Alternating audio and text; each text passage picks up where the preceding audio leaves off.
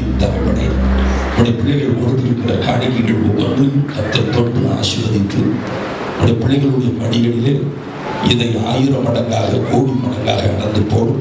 பிள்ளைகள் செழிக்கட்டும். எப்பொழுதும் உடைய வார்த்தைகள் எங்கள் மத்தியிலே புறப்பட்டு வரட்டும். நீர் என்னோடு எங்களோடு கூட பிரத்யேகமாய் நீ பேசுவதாக சர்வவல்ல தேவாதி தேவனுடைய வார்த்தைகள் எங்கள் மத்தியிலே கடந்து வரட்டும். இயேசுவின் நாமத்திலே ஜெபிக்கிறோம் எங்கள் ஜீவனுள்ள பிதாவே. ஆமென், ஆமென், ஆமென். ஹல்லேலூயா. எத்தனை பேர் கர்த்தருக்குள்ள மகிழ்ச்சியா இருக்கிறீங்க? மகிழ்ச்சியா இருக்கிறவங்க நல்லா கைகளை தட்டி கர்த்தரை ஆராதிங்க. ஹல்லேலூயா.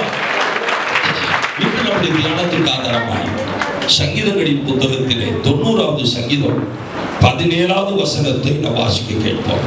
சங்கீதம் 90 17வது வசனம். எங்கள் தேவனாகிய ஆண்டவரின் பிரியம் எங்கள் மேல் இருப்பதாக. போதும். எங்கள் தேவனாகிய ஆண்டவரின் பிரியம் எங்கள் மேல் இருப்பதாக. கடந்த வாரத்திலே நான் ஜெபித்துக் கொண்டிருந்த பொழுது பிரியம் என்கிற இந்த வார்த்தையின் மூலமாய் உங்களோடு கர்த்தருடைய வார்த்தைகளை கொடுக்க ஆவியானவர் எனக்கு ஒரு ஏவுதலை கொடுத்தார். இங்கே சங்கீதக்காரன், இந்த இடத்திலே சொல்லப்பட்டிருக்கிற சங்கீதக்காரன் மோசே. மோசே ஒரு தேவனுடைய தீர்க்கதரிசி, தேவனால் வல்லமையாய் பயன்படுத்தப்பட்ட ஒரு பாத்திரம் தான் மோசே. இந்த மோசேக்கு ஆண்டவர் தரிசனமாகிறார். அந்த தரிசனத்திலே நான் இருக்கிறவராக இருக்கிறேன் என்று கர்த்தர் மோசேக்கு தரிசனமானார். அப்படிப்பட்ட மகா உன்னதமான ஒரு தீர்க்கதரிசி. இந்த மோசேக்கு ஒரு சகோதரி மீரியாம், ஒரு மூத்த சகோதரன் ஆரோன். இந்த 2 பேரும் மரித்து போகிறார்கள். அவர்கள் மரித்த பிறகு இந்த மோசே ஆண்டவரிடத்திலே ஒரு ஜெபம் பண்ணுகிறான். அந்த ஜெபம் தான், எங்கள் தேவனாகிய ஆண்டவரின் பிரியம் எங்கள் மேல் இருப்பதாக. ஹல்லேலூயா, ஹல்லேலூயா, ஹல்லேலூயா. எனக்கு அன்பான தேவனுடைய பிள்ளைகளே, ஆண்டவருடைய பிரியம், சர்வவல்ல தேவாதி தேவனுடைய பிரியம், நம்முடைய ராஜாதி ராஜாவுடைய பிரியம், என் ஆண்டவராகிய இயேசுவுடைய பிரியம் என் மேல் இருக்கட்டும், என் குடும்பத்தின் மேல் இருக்கட்டும், என் வாழ்க்கையின் மேல் இருக்கட்டும். ஆண்டவருடைய பிரியம் என் மேல் இருக்கட்டும் என்று சொல்லி எத்தனை பேர் விரும்புறீங்க? ஹல்லேலூயா. எத்தனை பேர் ஆண்டவர் என் மேல பிரியப்படட்டும், ஆண்டவர் என் மேல பாசமா இருக்கட்டும்? சங்கீதம் 149 4வது வசனம் சொல்கிறது. சங்கீதம் 149 4வது வசனத்தை வாசிங்க. கர்த்தர் தம்முடைய ஜனத்தின் மேல் பிரியம் வைக்கிறார். எப்படி இருக்கிறார்? பிரியம் வைக்கிறார். எனக்கு அன்பான சகோதரனே, சகோதரியே, ஆண்டவராகிய கர்த்தர் தம்முடைய ஜனத்தின் மீது, தம்முடைய பிள்ளைகள் மீது, தம்மை ஆராதிக்கிறவர்கள் மீது, தமக்காக பக்தி வைராக்கியத்தோடு பரிசுத்தத்தோடு வாழ்கிற அவருடைய பிள்ளைகள் மீது என்ன வைக்கிறாரா? பிரியம் வைக்கிறார். ஹல்லேலூயா, ஹல்லேலூயா. நீங்க எல்லாம் கர்த்தருக்காக வாழுகிற பிள்ளைகள். எனவே உங்கள் மீது கர்த்தர் பிரியம் வைக்கிறார். எத்தனை பேர் சொல்ல முடியும்? என் மேல கர்த்தர் பிரியம் வைக்கிறார், என் மேல கர்த்தர் பிரியம் வைக்கிறார், என்னோடு கர்த்தர் பிரியமாய் இருக்கிறார். ஏசாயா 62 4வது வசனமும் 5வது வசனத்தை நீங்கள் வாசிப்பீர்களானால், கர்த்தர் என் மேல் பிரியமாய் இருக்கிறார், உன் தேவன் உன் மேல் மகிழ்ச்சியாய் இருப்பார் என்று சொல்லப்பட்டிருக்கிறது. உன்னத பாட்டு புஸ்தகத்திலே 7வது அதிகாரம் 10வது வசனத்தை கூட வாசிக்க பார்ப்போம். உன்னத பாட்டு 7 10வது வசனம்.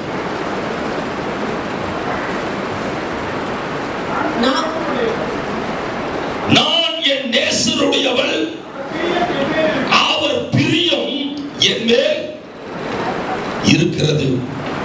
நான் என் நேசருடையவள்.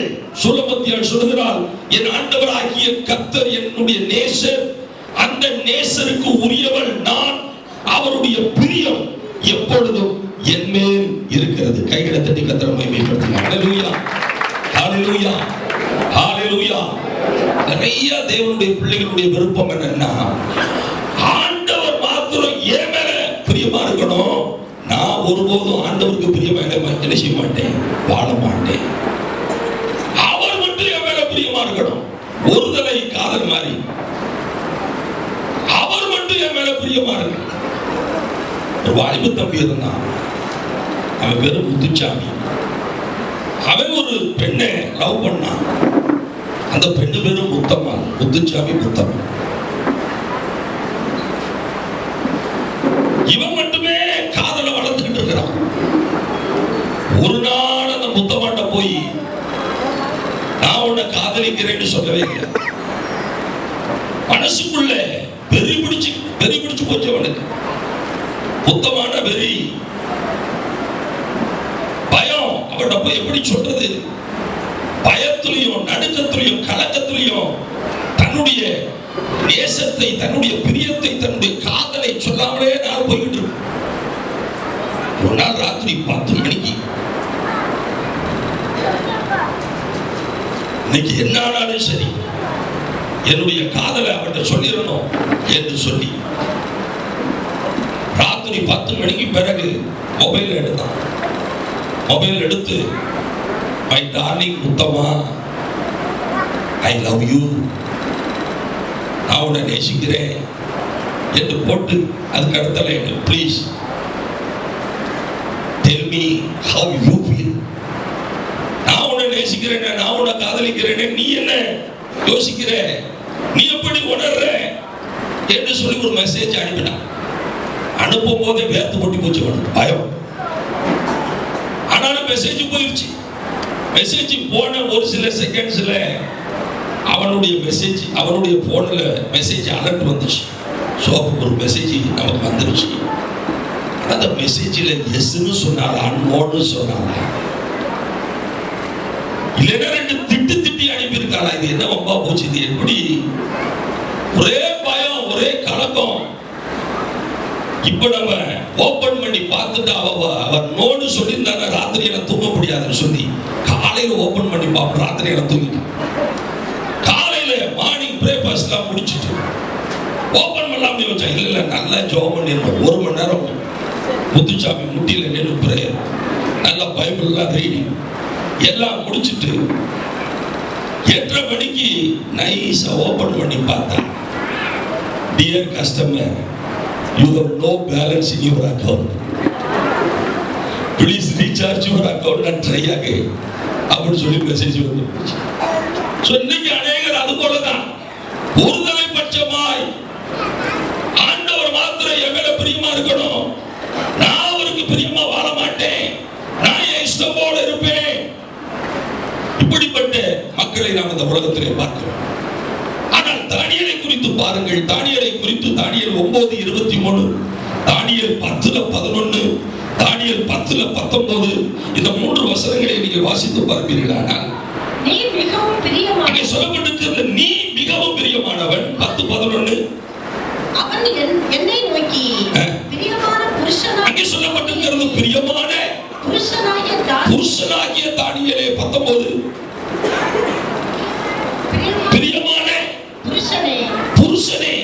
மாறி மாறி பார்த்தீங்கன்னா தானியேலுக்கு வேதத்திலே சொல்லப்பட்டிருக்கிறது பிரியமான தானியேலே, பிரியமான குமாரனே, நீ எனக்கு மிகவும் பிரியமானவன் என்கிற நல்ல நல்ல வார்த்தைகள் தானியேலை குறித்து அங்கே சொல்லப்பட்டிருக்கிறது. கர்த்தர் தானியேல் மீது அவ்வளவு பிரியமாயிருந்தார். காரணம் என்னவென்று சொன்னால், தானியேல் 1வது அதிகாரம் 8வது வசனம் சொல்கிறது. தானியேல் 1:8 வாசிக்கிறோம். தானியேல் ராஜாவின் போஜனத்தினாலும் அவன் பானம் பண்ணும் திராட்சை ரசத்தினாலும் தன்னை தீட்டுப்படுத்தலாகாது என்று தன் இருதயத்திலே தீர்மானம் பண்ணி கொண்டார். தானியேலுக்குள்ளே ஒரு பிரதிஷ்டை இருந்தது. தானியேலுக்குள்ளே ஒரு பக்தி வைராக்கியம் இருந்தது.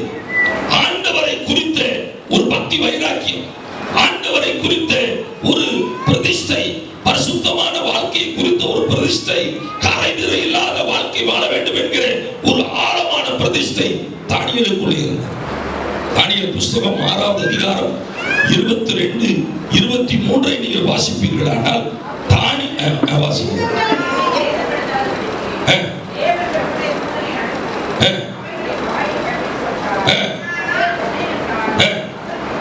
அவருக்கு முன்பாக நான் குற்றமற்றவனாய் காணப்பட்டேன். தானியேல் சொல்கிறான், என் ஆண்டவருக்கு முன்பாக நான் குற்றமற்றவனாய் காணப்பட்டேன்.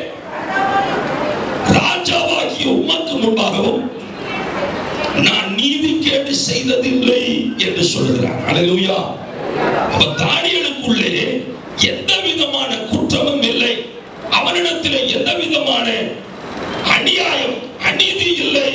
அன்பு சகோதரனே, சகோதரியே, இந்த காலை வேளையிலே யாரெல்லாம் கர்த்தருக்கு பிரியமாய் நடக்கிறார்களோ, யாரெல்லாம் கர்த்தருக்கு பிரியமாய் ஜீவிக்கிறார்களோ, அவர்களுக்கு ஆண்டவர் கொடுக்கிற வார்த்தை என்னவென்று சொன்னால் 1 யோவான் 3:22 வசனம். 1 யோவான் 3:22 வசனம்.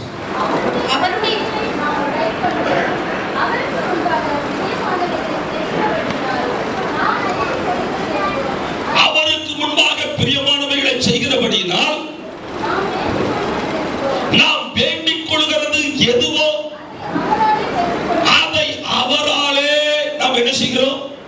பெற்றுக் கொள்கிறோம். கைகளை தட்டி கர்த்தரை மகிமைப்படுத்துகிறோம். அல்லேலூயா, அல்லேலூயா. யாரெல்லாம் கர்த்தருக்கு பிரியமாய் நடக்கிறார்களோ அவர்கள் என்னெல்லாம் அவங்க வேண்டிக் கொள்றாங்களோ எல்லாவற்றையும் அவரிடத்திலிருந்து என்ன செய்ய முடியும்? பெற்றுக் கொள்ள முடியும். ஆமென், அல்லேலூயா. கர்த்தருக்கு பிரியம் இல்லாமல் நீங்க எதை கேட்டாலும் ஆண்டவரிடத்திலிருந்து பெற்றுக் கொள்ள முடியாது. அப்ப கர்த்தருக்கு நம்ம பிரியமா நடக்கணும். அன்பான தேவனுடைய பிள்ளைகளே, தானியேலை குறித்து சொல்லப்பட்டிருக்கிறது, அவன் வேண்டிக் கொள்ள தொடங்கின போதே கட்டளை என்ன செய்தது? வெளிப்பட்டது. அவன் வேண்டிக் கொள்ள தொடங்கின போதே அவனுடைய ஜெபத்திற்கு ஆண்டவர் பதில் கொடுத்தார். அவனுடைய வேண்டுதலுக்கு கர்த்தர் செவி கொடுத்தார். அவனுடைய விண்ணப்பத்தை கர்த்தர் கேட்டார். அவன் கேட்டவைகளை எல்லாம் கர்த்தர் அவனுக்கு கொடுத்தார். கைகளை தட்டி கர்த்தர் மகிமைப்படுத்துவார். அல்லேலூயா, அல்லேலூயா, அல்லேலூயா. அப்ப தேவனுடைய பிள்ளைகள் அவருக்கு பிரியமாய் இருந்தால் மாத்திரமே நாம் அவரிடத்தில் வேண்டிக் கொள்கிறது, கேட்டுக்கொள்வது, விண்ணப்பிப்பது எல்லாவற்றையும் நாம் பெற்றுக் கொள்ள முடியும். ஆமென்.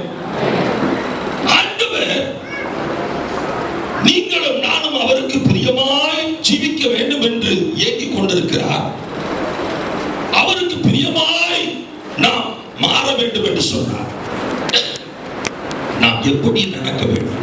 அதைத்தான் ஒரு 7 குறிப்புகளை நான் மிக வேகமாக உங்களுக்கு சொல்றேன். வேத வசனம் சொல்கிறது, நீதிமொழிகள் புஸ்தகம் 12வது அதிகாரம் 22வது வசனத்தை வாசிக்கிறோம். பொய் உதடுகள் கர்த்தருக்கு அருவருப்பானவைகள். பொய் உதடுகள் கர்த்தருக்கு அருவருப்பானவைகள். உண்மையாய் நடக்கிறவர்களோ அவருக்கு பிரியம். ஆண்டவருடைய வார்த்தை சொல்லுது, நீங்களும் நானும் கர்த்தருக்கு பிரியமானவர்களாக இருந்தால் தான் நம்ம எது கேட்டுக்கொள்றோமோ அதை அவர் கொடுப்பார். ஹல்லேலூயா. ஆண்டவர் சொன்னார், கொஞ்சத்திலே உண்மையாய் இருக்கிறவனை நான் அநேகத்தின் பேரிலே அதிகாரியாய் வைப்பேன். உண்மை.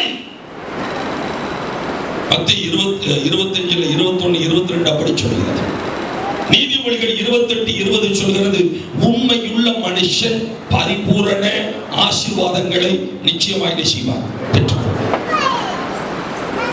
அன்பான தேவனுடைய பிள்ளைகளே, நாம் உண்மையாய் இருக்கிறோம் என்று சொன்னால் ஆண்டவர் நம் மீது நிச்சயமாய் பிரியம் வைப்பார்.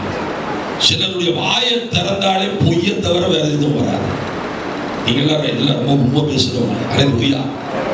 சத்தத்தை காண்பாருங்க. அல்லேலூயா. ஆண்டவருடைய வார்த்தை சொல்கிறது, உண்மையாய் நடக்கிறவர்கள், உண்மையாய் ஜீவிக்கிறவர்கள், குடும்ப வாழ்க்கையில உண்மை, இல்லற ஜீவியத்துல உண்மை, பிசினஸ்ல உண்மை. ஆண்டவருடைய வார்த்தை சொல்றது, கள்ள தராசு கர்த்தருக்கு அருவருப்பானது. பேரு ஆபிரகாம், வியாபாரம் என்ன? வெங்காய வியாபாரம். கடையில 1 கிலோ வெங்காயம் 15 ரூபாய், இவர் கொடுக்கிறது 12 ரூபாய். எல்லாரும் 12 ரூபாய்க்கு கொடுக்கிறாரு, 12 ரூபாய்க்கு கொடுக்கிறாருன்னு 5 கிலோ 10 கிலோ எல்லாரும் வாங்குவாங்க. தராசை பார்த்தீங்கன்னா 1 கிலோ போட்டா 3/4 கிலோ நிற்கும். பேர் தான் ஆபிரகாம். தராசு பார்த்தீங்கன்னா கள்ள தராசு. அநேகருடைய வாழ்க்கையிலே நீதி இல்லை, நியாயம் இல்லை, உண்மை இல்லை, உத்தமம் இல்லை. ஆண்டவருடைய வார்த்தை சொல்கிறது, உத்தமமாய் நடக்கிறவர்களுக்கு கர்த்தர் நன்மையை வழங்காமல் இருக்க மாட்டார். எந்த ஒரு காரியமாக இருந்தாலும் உண்மையை கர்த்தரிடத்தில் எதிர்பார்க்கிறார். ஆண்டவருடைய வார்த்தை சொல்கிறது, உண்மையாய் நடக்கிறவர்கள் யாரோ அவர்கள் எல்லாம் கர்த்தருக்கு எப்படிப்பட்டவர்கள்? கர்த்தருக்கு எப்படிப்பட்டவர்கள்? பிரியமானவர்கள். ஹல்லேலூயா, ஹல்லேலூயா. ஏசாயா 42:21, நீதிமொழிகள் 21:3, நீதிமொழிகள் 11:1, நீதிமொழிகள் 11:20, சங்கீதம் 33:5. இந்த வசனங்கள் எல்லாம் நீங்கள் வாசித்து பாருங்கள். ஆண்டவருடைய வார்த்தை சொல்கிறது, நீதியின் பழிகளில் கர்த்தர் பிரியப்படுகிறார். கர்த்தர் தமது நீதியின் நிமித்தம் அவன் மேல் பிரியம் வைத்திருந்தார். பலியிடுவதை பார்க்கிலும் நீதியும் நியாயமும் செய்வதே கர்த்தருக்கு பிரியம். சுமுத்திரையான நிறைகளோ ஆண்டவருக்கு பிரியம். உத்தம மார்க்கத்தாரோ ஆண்டவருக்கு பிரியமானவர்கள். நீதியிலும் நியாயத்திலும் கர்த்தர் பிரியப்படுகிறார் என்றெல்லாம் கர்த்தருடைய வார்த்தை நமக்கு சொல்கிறது. இந்த காலை வேளையில் நீங்களும் நானும் ஆண்டவருக்கு பிரியமானவர்களாய் நாம் ஜீவிக்க வேண்டும் என்று சொன்னார். நம்மிடத்திலே உண்மையை கர்த்தர் எதிர்பார்க்கிறார். ஆண்டவருக்கு பிரியமானவர்களாய் மாறுவதற்கு நம்மிடத்திலே உண்மையை ஆண்டவர் எதிர்பார்க்கிறார். இரண்டாவது குறிப்பு, எசேக்கியேல் தீர்க்கதரிசன புத்தகம் 20:41 வசனத்தை வாசிக்க பார்ப்போம். எசேக்கியேல் 20:41. நான் உங்களை ஜனங்களிலிருந்து புறப்பட பண்ணி நீங்கள் சிதறுண்டு இருக்கிற தேசங்களிலிருந்து உங்களை சேர்த்துக் கொள்ளும் போது சுகந்த வாசனையின் நிமித்தம் நான் உங்கள் பேரில் பிரியமாயிருப்பேன். ஆண்டவருடைய வார்த்தை ரொம்ப தெளிவா சொல்லுது. சுகந்த வாசனையின்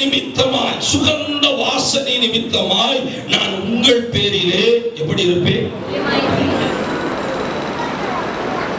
யாரெல்லாம் சுகந்த வாசனையாய் இருக்கிறார்களோ அவர்கள் மீது கர்த்தர் பிரியமாய் இருக்கிறார். சுகந்த வாசனை தானே.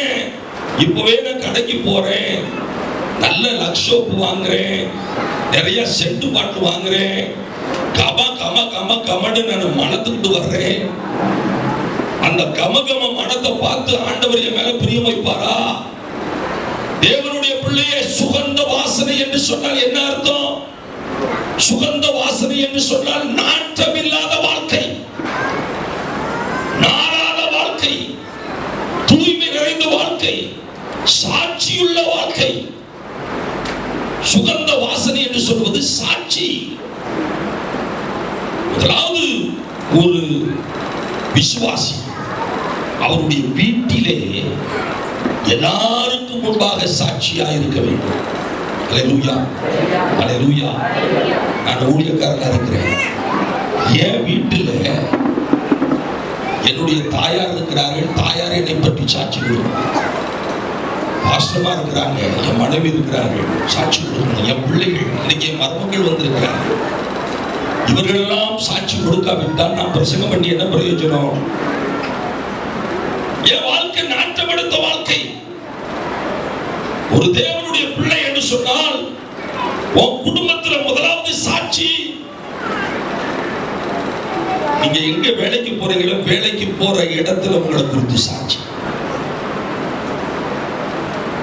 உங்க சொந்தக்காரங்க மத்தியில உங்களை குறித்து சாட்சி. சிலர் குடும்பத்துல சாட்சியா இருப்பாங்க. சொந்தக்காரங்களா சொல்லுவாங்க, ஐயா மோசமான மனுஷங்க என் தம்பி, மோசமான மனுஷங்க எங்க அண்ணே, மோசமான மனுஷன் என் சித்தப்பா, ஒன்னா நம்பர் துரோகி, இப்படி சொல்லுவாங்க. இப்படி சொன்னா நமக்கு என்ன சாட்சி? மாற்றம் உள்ள ஒரு வாழ்க்கை. ஆண்டவருடைய வார்த்தை சொல்லுகிறது, சுகந்த வாசனை என்று சொன்னால் சாட்சி உள்ள வாழ்க்கை.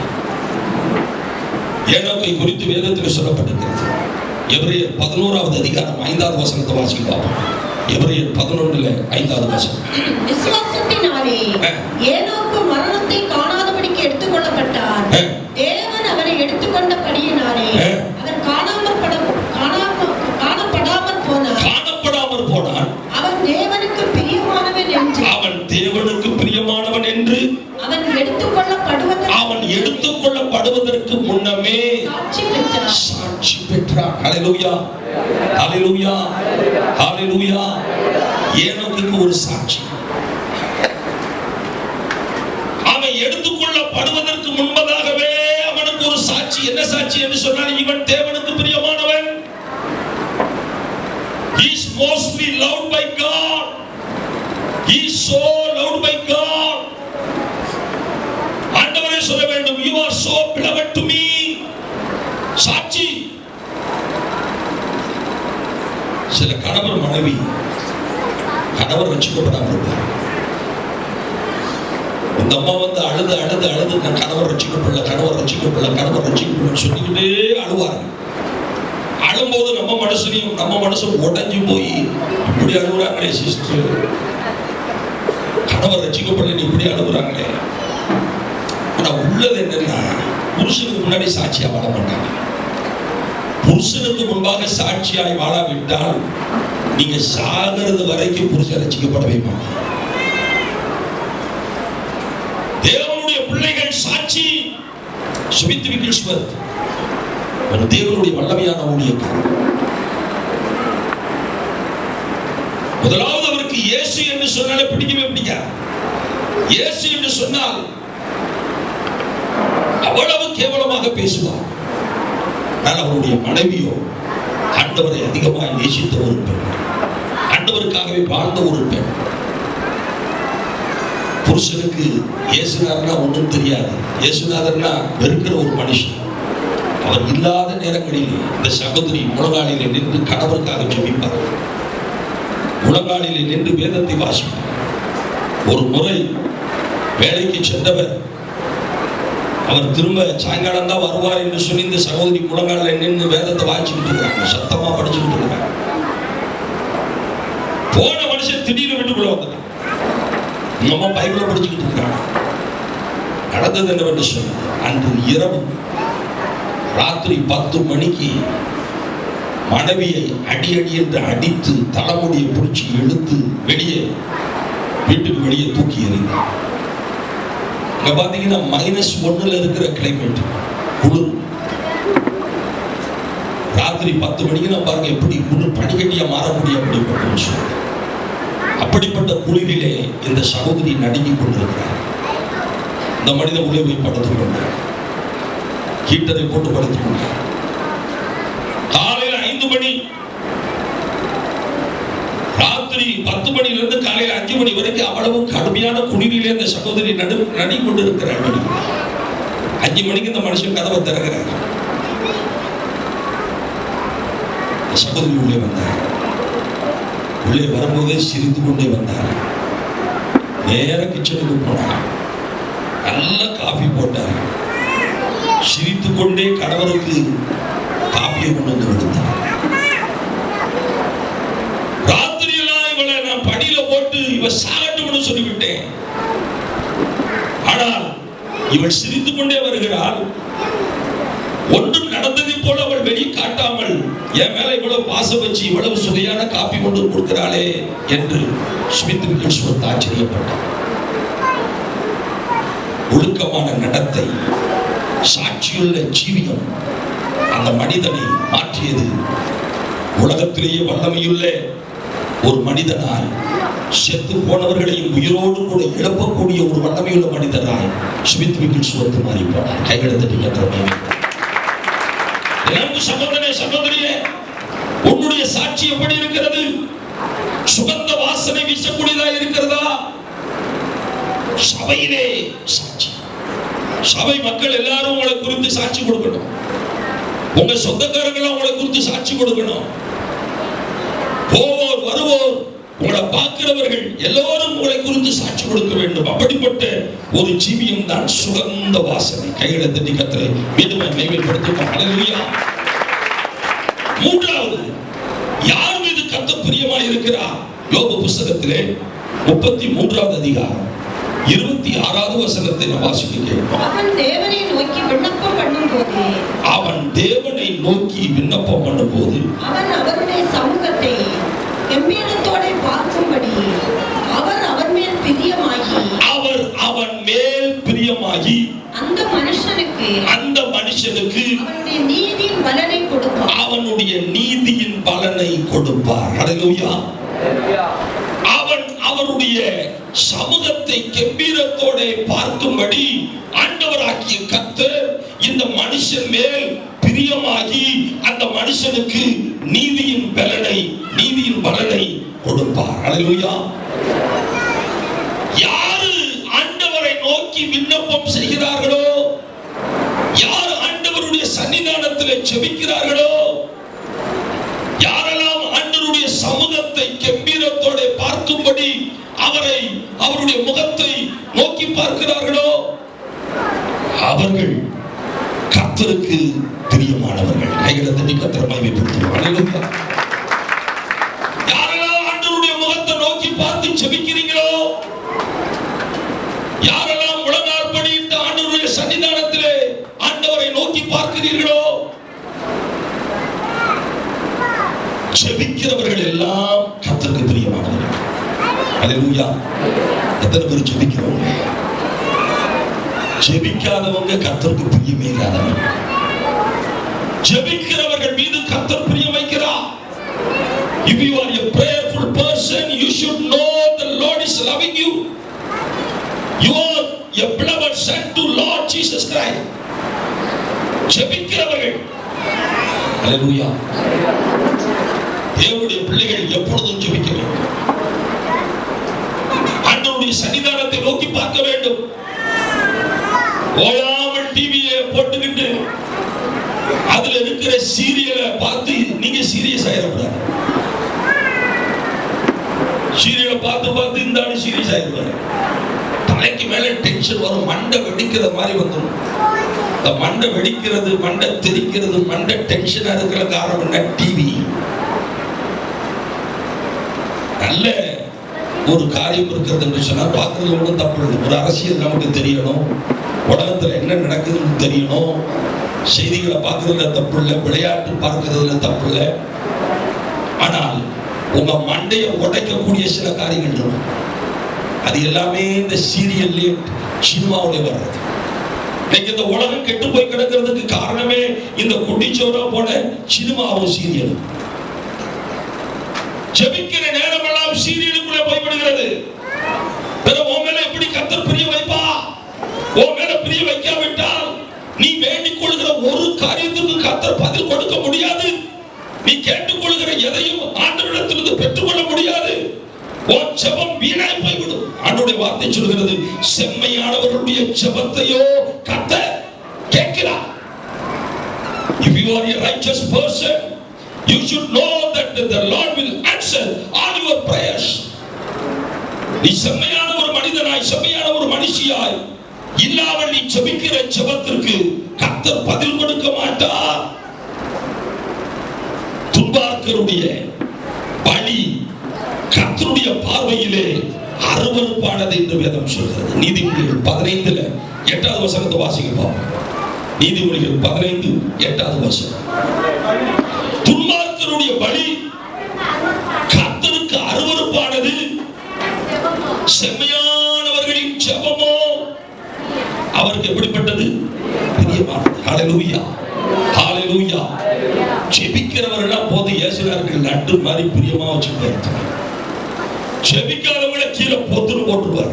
ஹல்லேலூயா, ஹல்லேலூயா. எத்தனை பேருக்குள்ள ஜெபம் இப்ப வரணும்னு விரும்புறீங்க? ஆமென், ஹல்லேலூயா. என்னை ஒரு ஜெப வீரனாய் மாற்ற மாட்டவரே, என்னை ஒரு ஜெப வீராங்கனையாய் மாற்றும். ஜான் நாக்ஸ் ஜெபிக்கிறார். ஆண்டவரே, இந்த ஸ்காட்லாந்து தேசத்தை எனக்கு தாரும், இல்லாவிட்டால் என் ஜீவனை எடுத்துக்கொள்ளும். Give me this nation of Scotland, otherwise take me out. இந்த தேசத்தை தாரும், இந்த தேசத்தை தாரும். டாக்டர் பில்லி கிரஹாம் கால்பந்து விளையாட்டு வீரர், ஃபுட்பால் பிளேயர். ஒரு பெரிய போட்டி நடக்கிறது, ஒரு டோர்னமெண்ட். அந்த டோர்னமெண்ட்ல இவருடைய டீம் இந்த பில்லிகிரஹாம் போட்ட கோல்களினால் ஜெயம் எடுத்தது. சில லட்சங்கள் பணங்கள், நிறைய பரிசு பொருட்கள் எல்லாம் வழங்கப்பட்டது. பில்லிகிரஹாமுக்கு இன்னும் நிறைய பரிசுகள், சர்டிபிகேட் எல்லாம் கிடைத்தது, கப்புகள் எல்லாம் கிடைத்தது, தங்க கப்புகள். இந்த ஃபங்க்ஷன் முடிஞ்சிச்சு. எல்லோரும் சொன்னார்கள், பில்லிகிரஹாம் எங்களுக்கு நீ ட்ரீட் வைக்கணும், இந்த ஹோட்டல்ல நீ புக் பண்ணி எங்களுக்கு ட்ரீட் வைக்கணும். பில்லிகிரஹாம் சொன்னார், நான் பார்க்கிறேன். அந்த போட்டி, அந்த விழாவெல்லாம் முடிந்தது. அந்த மைதானத்தை விட்டு எல்லாரும் போய்விட்டார்கள். ட்ரீட் கேட்கிறவர்களும் அங்கே நின்று கொண்டிருந்தார்கள். ஆனால் இந்த பில்லிகிரஹாம் முழங்கால் படியிட்டார். அவர் மீது ஒரு தேவனுடைய பிரஷர் இறங்கி வந்தது. இரவு 10 மணிக்கு முழங்கால் படியிட்டவர் காலை 5 மணி வரையிலும் 7 மணி நேரம் முழங்காலிலே அவர் பண்ணின ஜெபம், என்னை நம்பும் ஆண்டவரே, trust me Lord, believe me Lord, என்னை நம்பும், என்னை நம்பும், என்னை நம்பும், என்னை நம்பும், என்னை நம்பும். இந்த ஒரே வார்த்தை தான். 7 மணி நேரம் அந்த மைதானத்தை சுற்றி ஜெபித்து வந்தார். தீட்டு கேட்டவெல்லாம் பில்லிகிரஹாமுக்கு பைத்தியம் பிடிச்சிருச்சுன்னு போயிட்டான். விளையாட்டு வீரர் சுவிசேஷ வீரராய் எழுப்பினார். கைகளை தட்டி கத்தர். ஜெபம் வாழ்க்கையை மாற்றக்கூடியது. உன்னுடைய ஆன்மீக ஜீவியத்தை மாற்றக்கூடியது. உலக பிரகாரமான உன்னுடைய வேலையிலே உன்னை உன்னதத்திற்கு கொண்டு செல்வது ஜெபம். உன் குடும்பத்தை தூக்கி உயர்த்துவது ஜெபம். உன்னை கண்மலையிலே கொண்டு போய் நிறுத்துவது ஜெபம். எனவேதான் நான் சொல்கிறேன், நீ ஜெபிக்கிறாயா? ஜெபிக்கிறவன் மீது நான் பிரியமாயிருப்பேன். ஜெபிக்கிறவனுக்கு நான் இறங்குவேன். ஜெபிக்கிற மகனுடைய ஜெபத்தை கேட்பேன். அவர்களுக்கு உதவி செய்வேன், ஒத்தாசை பண்ணுவேன். எத்தனை பேர் விசுவாசிக்கிறீங்க? ஹalleluya. சோராது ஜெபித்திட ஜெபாவி பரம் தாருமே.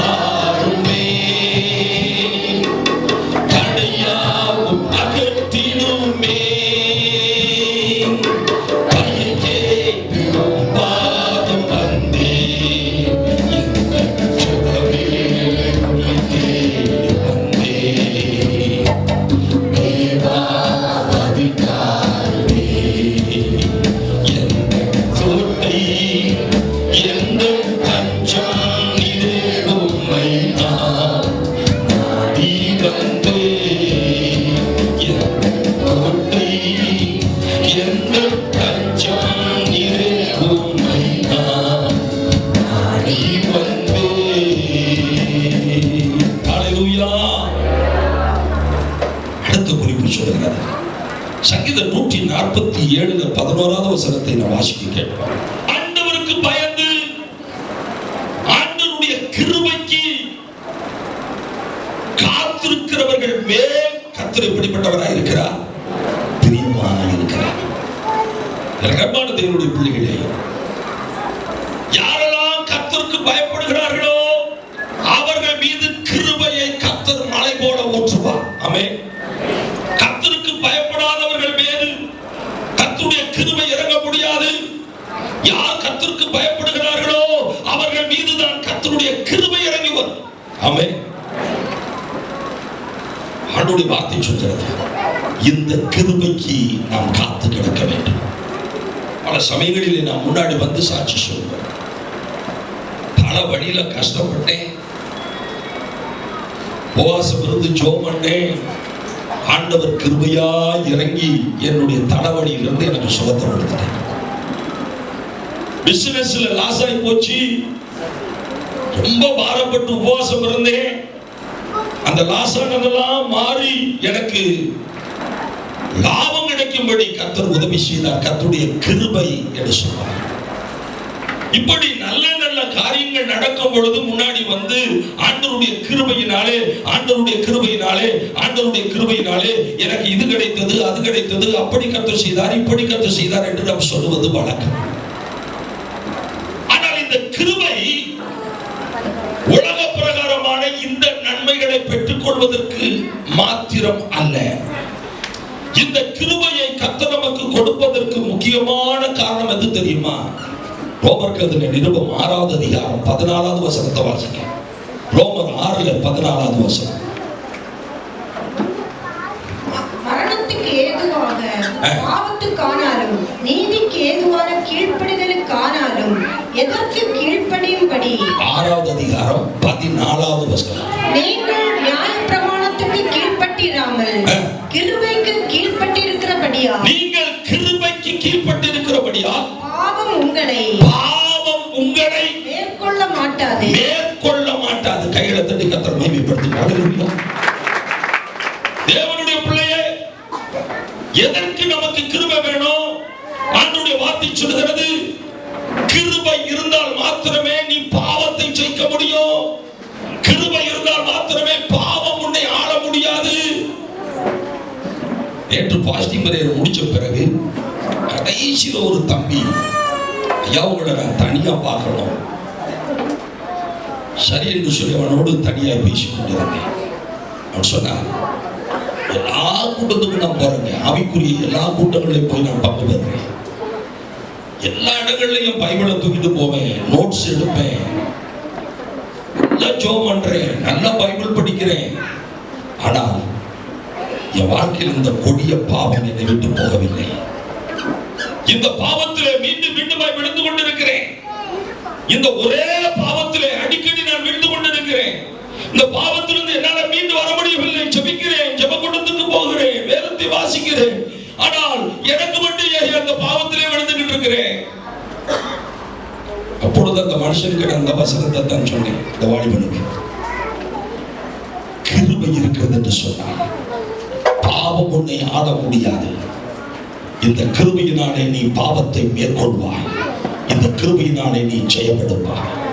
அழகான தேவனுடைய பிள்ளையே, எந்தெந்த சகோதரன் எந்தெந்த சகோதரி இந்த உலகத்துல பரிசுத்தமா வாழணும், தூய்மையா வாழணும், சாட்சியா வாழணும்னு விரும்புறீங்களோ, உங்களுக்கு தேவையானது தேவனுடைய கிருபை. If you have the grace of God, you will certainly overcome the temptations of the devil, the sinful temptations. எல்லாவற்றையும் நீ ஜெயமெடுக்க ஆண்டவர் நமக்கு இந்த கிருபையை கொடுக்கிறார். ஹல்லேலூயா, ஹல்லேலூயா. ஆண்டவர் சொல்கிறார், இந்த கிருபைக்காக யாரு காத்து கிடக்கிறாங்களோ அவங்க மேல நான் பிரியம் வைக்கிறேன். ஹல்லேலூயா. கடைசியாக 2 கொரிந்தியர் 9வது அதிகாரம் 7வது வசனத்தை நாம் வாசிப்போம். அவனவன் விசனமாயும் அல்ல, கட்டாயமாயும் அல்ல, தன் மனதில் நியமித்தபடியே கொடுக்க கடவுள். உற்சாகமாய் கொடுக்கிறவனுக்கு தேவன் பிரியமாயிருக்கிறார். ஹல்லேலூயா. ஆண்டவருடைய வார்த்தை சொல்லுது, யாரு கர்த்தருக்கு உற்சாகமா கொடுக்கிறார்களோ, 10ல் 1 தசமபாகத்தை யார் சரியாய் கொடுக்கிறார்களோ, உதாரணத்துவமான காணிக்கைகளை யார் ஆண்டவருக்கு செலுத்துகிறார்களோ அவர்கள் மீது கர்த்தர் பிரியம் வைக்கிறார். நீ தசமபாகத்தை சரியா நீ கர்த்தருக்கு கொடுக்காவிட்டால் உன் மீது கர்த்தருடைய பிரியம் இல்லை என்பதை நாம் அறிந்து கொள்ள வேண்டும். If you are not regular in paying, in giving your tithes to God, ஆண்டவர் உன் மேல பிரியம் வைக்க முடியாது. ஆண்டவர் சொல்றார், உற்சாகமாய் கொடுக்கிறவிடத்திலே, ஊழியத்தை தாங்கவிடத்திலே, என் ஊழியத்திற்காக உதாரத்துவமாய் உதவி செய்கிற மனிதன் மீது நான் பிரியமாய் இருக்கிறேன். ரகமான தேவனுடைய பிள்ளைகளே, இந்த 6 குறிப்புகளின்படி ஆண்டவர் இந்த காலை வேளையிலே நம்மீது பிரியம் வைத்து, நீங்க என்னெல்லாவற்றை வேண்டிக் கொள்றீங்களோ, நீங்க என்னெல்லாவற்றை கேட்டுக்கொள்றீங்களோ, எல்லா நன்மைகளையும் எல்லா ஆசீர்வாதங்களையும் உங்களுக்கு அருள அவர் போதுமானவராக இருக்கிறார். ஹல்லேலூயா. நாம் ஏற்க வேண்டிய ஒரே ஒரு ஜெபம், ஆண்டவரே என் மீது உம்முடைய பிரியம் இருக்கட்டும். ஆமென். ஹல்லேலூயா. ஹல்லேலூயா. ஹல்லேலூயா.